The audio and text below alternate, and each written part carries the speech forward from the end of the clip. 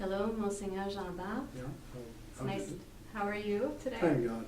Thank God. I'm happy to be with you. We're very happy to have you with us here at Aid to the Church in Need. Yeah. So the first question I would like to ask you is to describe the situation of your people in Aleppo at the moment. Yeah, and the situation is very bad, and people is suffering. Our people is suffering from all what happened, for the destruction, for the terrorism. They are scared. They don't know what to do, and they are afraid of the future.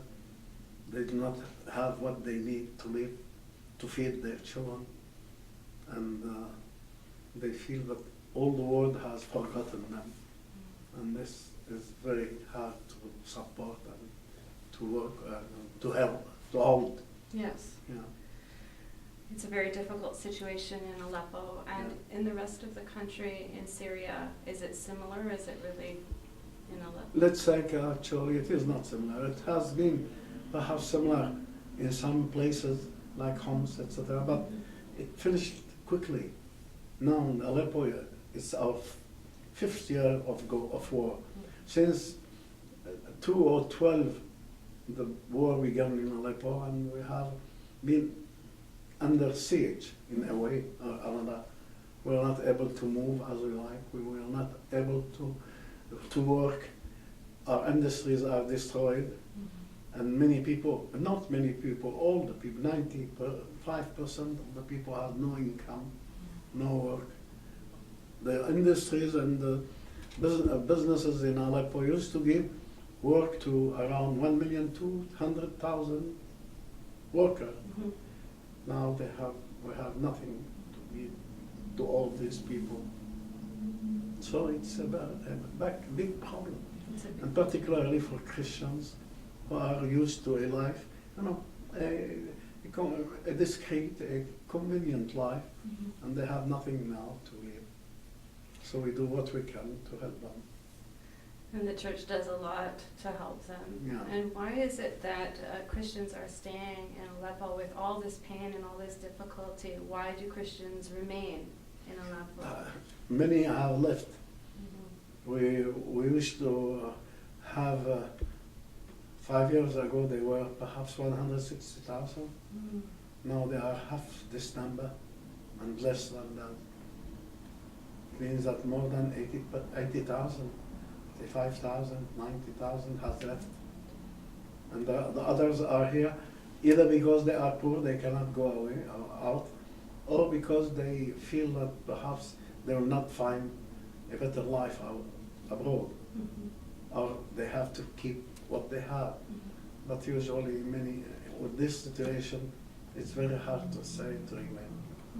Ourselves, we have other reasons to stay, because we are the pastors, and we want the church to continue in this country where it begins.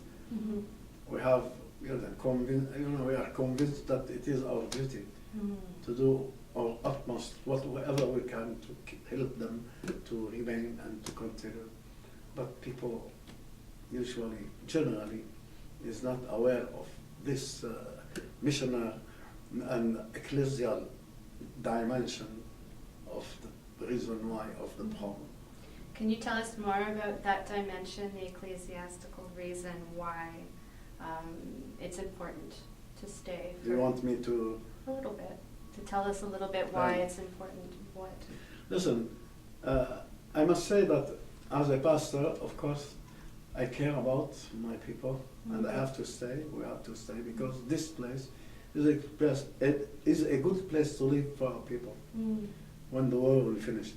But also because it is our country, we are there since thousands of years.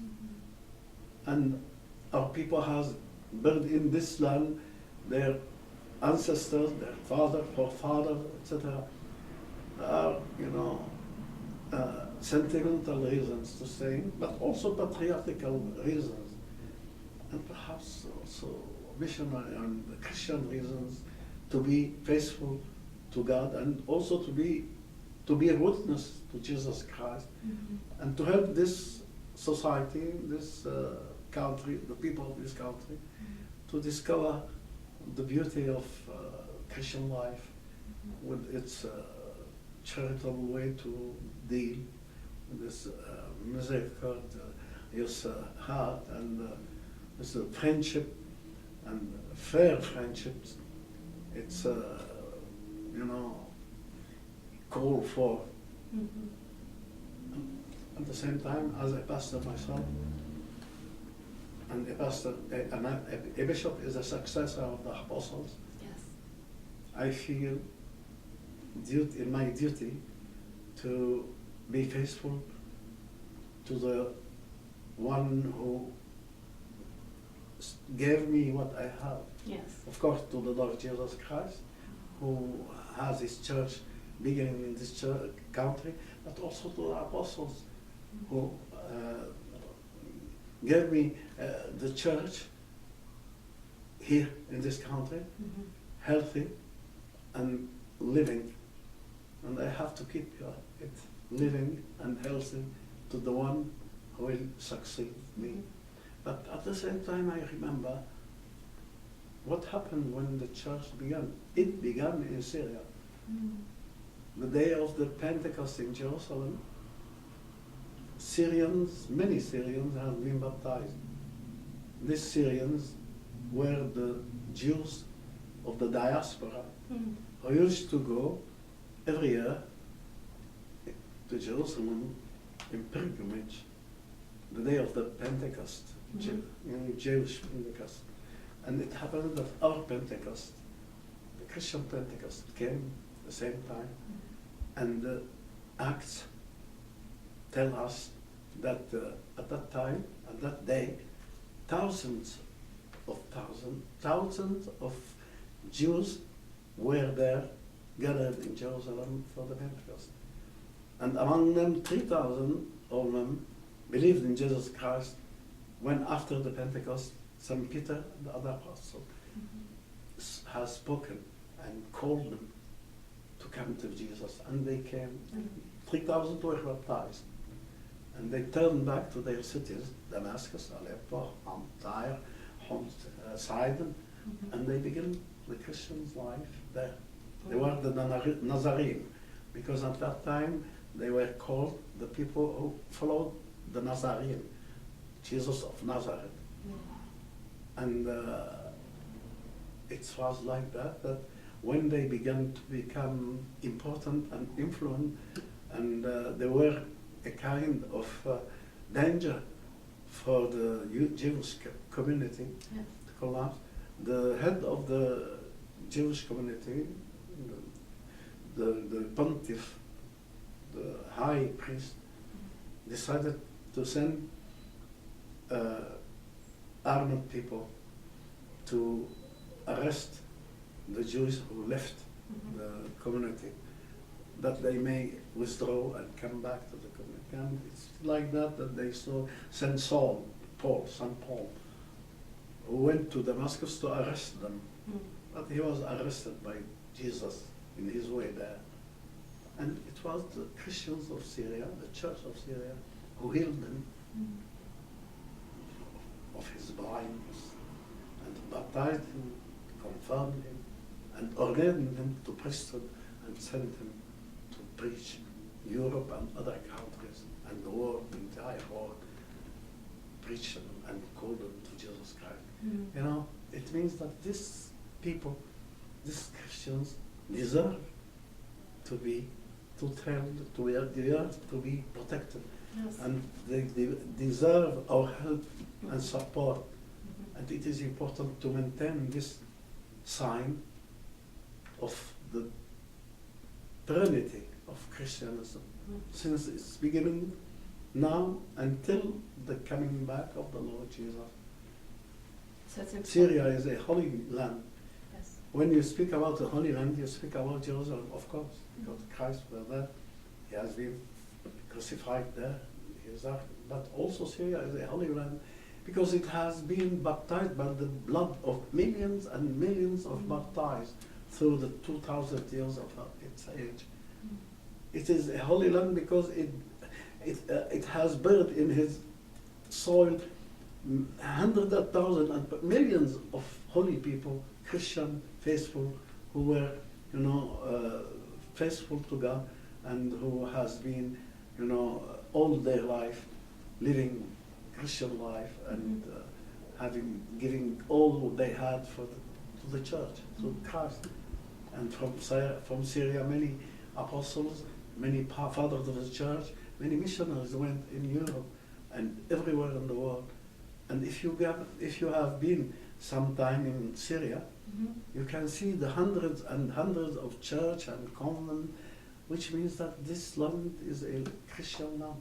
So Syria is. So that's for all this reason, I feel it is very important, not just for us, not just for me as Bishop of Aleppo, but all the bishops and apostles of the world to join me, to fight with me, to let it, possible for this church to continue and to be every day more lively, to be a witness to Jesus among Muslims. And how can we best help you with that? How can people best help you, help them? Help us, first of all, by praying for us. Help us by encouraging us to continue working and doing what we can to help them. Help us by pushing your politics to do whatever it is possible to give them the right to stay in their country, to push away the terrorists, to support whatever can do help, installing peace and bringing back cohesion in this country. You can support us also by helping us, giving them what they need to continue to live, not to be, in need of everything. What do can they help us. What do they need most? What do you They need need most? now, of course, there are humanitarian needs to eat, to have what they need to have medical care. You have perhaps to have some what is necessary to proceed to live.